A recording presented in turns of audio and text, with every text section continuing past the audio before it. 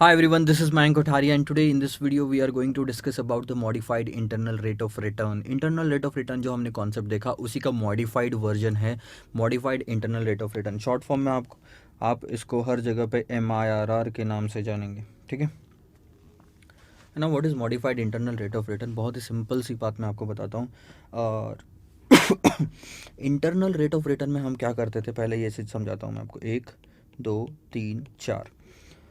मान लीजिए यहाँ पे कुछ मेरा इनिशियल कैश आउटफ्लो हुआ और उसके बाद में एनुअली कुछ तो कैश फ्लोज हो रहे हैं मुझे. ठीक है. इंटरनल रेट ऑफ रिटर्न में हम एक ऐसा डिस्काउंट रेट और परसेंटेज ढूंढते थे कि इन की प्रेजेंट वैल्यू अगर उस रेट से हम निकालते तो ये अगर 100 आता तो ये भी 100 आता और टोटल मिला के NPV जो आती, present value of cash inflow and present value of cash outflow, it should be zero. So जब आउटफ्लो और इनफ्लो सेम आते तब हम बोलते हैं कि ये ही वो मेरा रेट है जो मैं उस प्रोजेक्ट पे कमा रहा हूँ. इंटरनल रेट ऑफ रिटर्न बोलते थे उसको, IRR. Modified internal rate of return में क्या होता है, instead of discounting the cash flows को डिस्काउंटिंग करने के बजाय आप उसको फ्यूचर वैल्यू में ढकेलते हो. आपने क्या किया, हर साल की कैश फ्लोज को आज के कैश फ्लो में कन्वर्ट किया इंटरनल रेट ऑफ रिटर्न में. लेकिन modified internal rate of return में सारी कैश फ्लोज को फ्यूचर में ढकेल दो, आखिरी में लेके जाओ मेच्योरिटी पे. जैसे कि मैं आपको यहाँ पे बताता हूँ सेम चीज़ वापस से. 1 2 3 4. अब आपका यहाँ पे कैश आउटफ्लो हुआ, सिर्फ इस कैश फ्लो को छोड़ दो, इसको यहीं पे रहने दो कि भैया हमने आज इतना इन्वेस्टमेंट किया.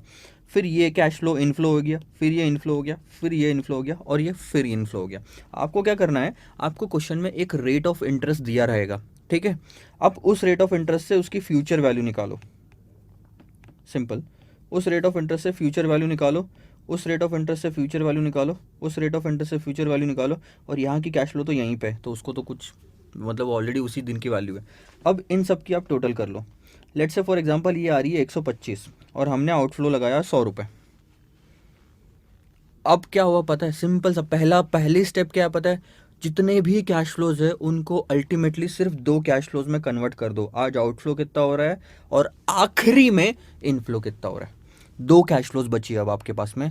और आपको अब क्या निकालना है पता है, कि आज ऐसा कौन सा रेट ऑफ इंटरेस्ट है जिसमें मैं अगर आज 100 रुपये डालता तो ऑटोमेटिकली वो 4 साल बाद 125 रुपये में कन्वर्ट हो जाता. 125 रुपये में कन्वर्ट हो जाता. सिंपल. ये आपका modified internal rate of return होगा, modified version of the internal rate of return.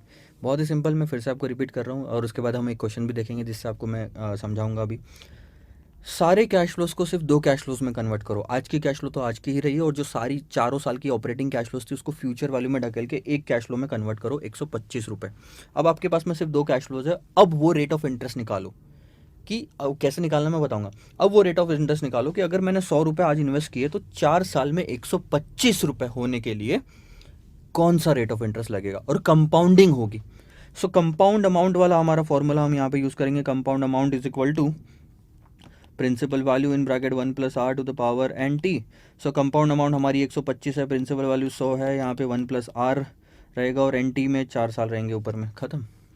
इस क्वेश्चन को आपको सॉल्व करना है, इक्वेशन को सॉल्व करना है और आपका फाइनल आर निकल जाएगा. आइए देखते हैं इसी कॉन्सेप्ट को क्वेश्चन के साथ में.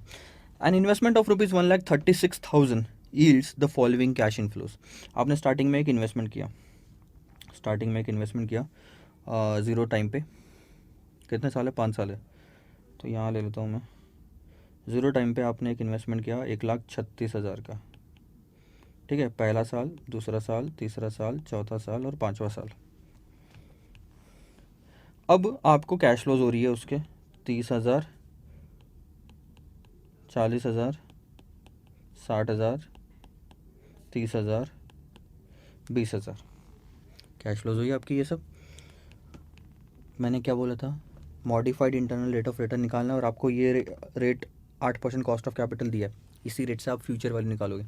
जितनी भी कैश फ्लोज दी है उसको पहले सिर्फ दो कैश फ्लोज में कन्वर्ट करना है. स्टार्टिंग वाली तो वहीं के वहीं रहेगी और ये सारी कैश फ्लोज जो है ये आपको कहाँ पे लेके जानी है. ये तो यहीं पे है, ये यहाँ आ जाएगी, ये यहाँ आ जाएगी, ये यहाँ आ जाएगी और ये यहाँ आ जाएगी. सारी कैश फ्लोज को एक जगह पे लेके आ जाओ और उनकी टोटल बताओ कितनी है.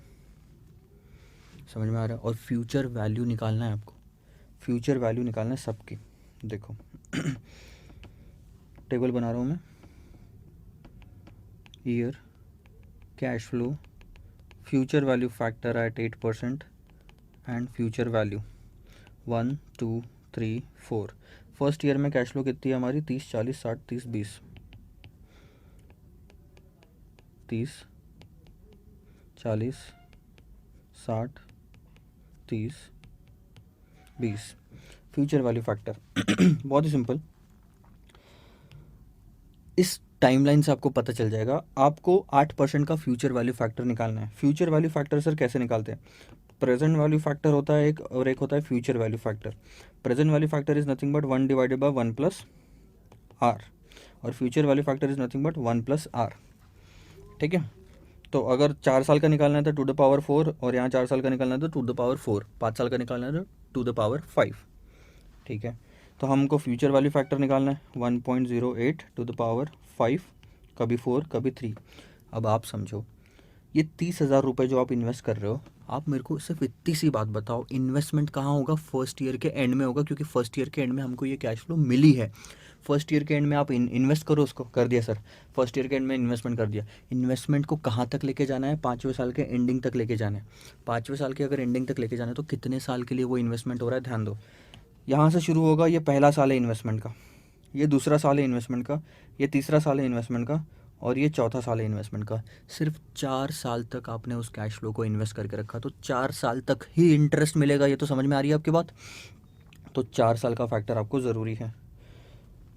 सॉरी, ये देखो, आपको ये वाली कैश फ्लोज 4 साल तक रहेगी, ये वाली कैश फ्लोज 3 साल तक इन्वेस्ट रह रही है, ये वाली कैश फ्लोज 2 साल तक इन्वेस्ट रह रही है, ये वाली कैश फ्लोज 1 साल तक इन्वेस्ट रह रही है, और ये 5वीं जो कैश फ्लो है तो उसी दिन की कैश फ्लो है। 20,000 को आज इन्वेस्ट करके आज की वैल्यू निकालोगे तो 20,000 आएगी।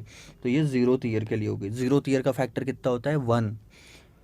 0th ईयर का फैक्टर 1, फर्स्ट ईयर का factor 1.08 to the power 1, second year का factor 1.08 to the power 2, third year का factor 1.08 to the power 3, fourth year का फैक्टर 1.08 टू द पावर 4। पीछे से आओगे 1, ठीक है, इसके बाद 1.08 टू द पावर 1 इंटू, और इक्वल टू किया तो दूसरे साल का फैक्टर 1.1664, और इक्वल टू करो तो तीसरे साल का फैक्टर 1.2597, और इक्वल टू किया तो 1.3605। ये आपका आंसर। अब आप उसको मल्टीप्लाई कर लो, 30,000 into 1.3605, 40,815।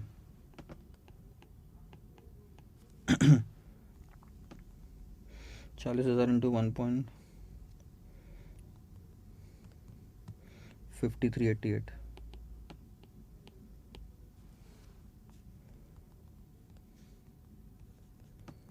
69,984।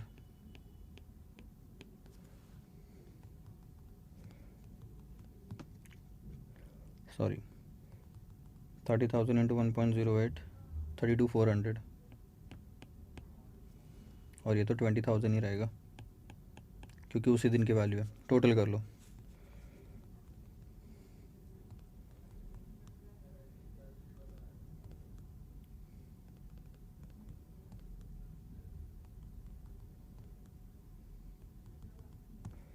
$2,13,587। So this is the future value of all the 5 cash flows.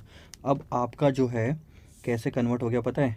सिर्फ एक चीज़ में, 2 3 4 5, स्टार्टिंग में इन्वेस्टमेंट 1,36,000 का है, और बाद में 2,13,587 का आपके पास में इन्फ्लो, और कुछ नहीं निकालना। Modified internal rate of return मतलब ऐसा कौन सा रेट है जिसको 5 बार कंपाउंडिंग किया 1,36,000 को, जिससे 5 बार कंपाउंडिंग किया तो 2,13,587 वैल्यू आती है। इसके लिए आप कंपाउंडिंग अमाउंट वाला फॉर्मूला यूज़ करोगे, principal in bracket 1 plus R to the power T, क्योंकि एनुअल इसलिए एन नहीं ले रहा हूँ। कंपाउंड अमाउंट हमारी कितनी है 5वें साल की? 2,13,587। प्रिंसिपल वैल्यू कितनी है? 1,36,000। इतना इन्वेस्ट किया, 1 plus R to the power 5। 1,36,000 को इधर लेके आ जाओ तो आपको क्या मिलेगा? 1.5705 is equal to 1 plus R to the power 5।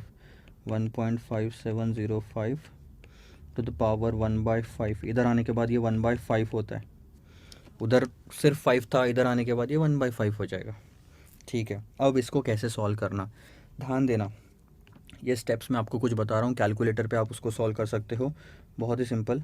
सबसे पहले 5705 है,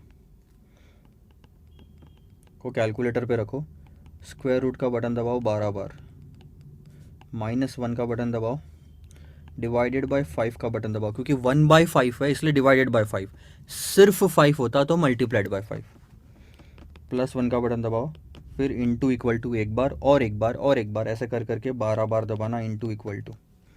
ये स्टेप अगर आप फॉलो करोगे तो आपका आंसर भी आ जाएगा। देखो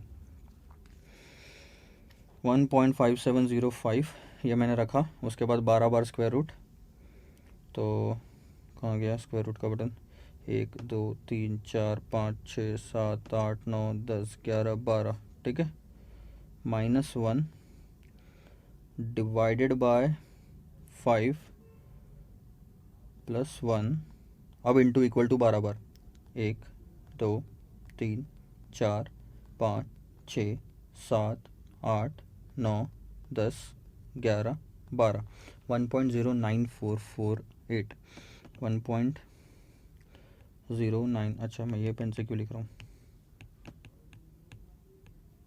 5 ले लो, 0945 is equal to 1 + r is equal to 0.0945, r is equal to 9.45% per annum, modified internal rate of return 9.45% per annum. मतलब अगर आप आज 1,36,000 रुपये इन्वेस्ट करते तो 9.45% के रेट से आपकी कमाई हो रही है हर साल, तब जाके 2,13,587 वो 5वें साल के एंड में फिगर हुई। तो आपको इस पूरे प्रोजेक्ट पे कितना मिल रहा है, 9.45% के रेट से आपको रिटर्न मिल रहा है। So this is the final answer and this is the procedure. सबसे पहले मैं आपको बताता हूँ क्या करना पड़ता है। सबसे पहले सारी कैश फ्लोज को सिर्फ 2 कैश फ्लोज में कन्वर्ट कर लो, आउटफ्लो तो वहीं रहेगा, और ऑपरेटिंग कैश फ्लोज की पूरी फ्यूचर वैल्यू निकालो, मैच्योरिटी तक लेके जाओ, जो भी रेट 8% का आपको दिया हुआ है। अब आपके पास में सिर्फ 2 कैश फ्लोज है, ये कंपाउंडिंग अमाउंट है और ये प्रेजेंट वैल्यू है, यानी प्रिंसिपल है। इस कंपाउंड अमाउंट वाला फॉर्मूला यूज़ करो और आर निकालो, and that is nothing but the modified internal rate of return है। So this is all about the entire concept.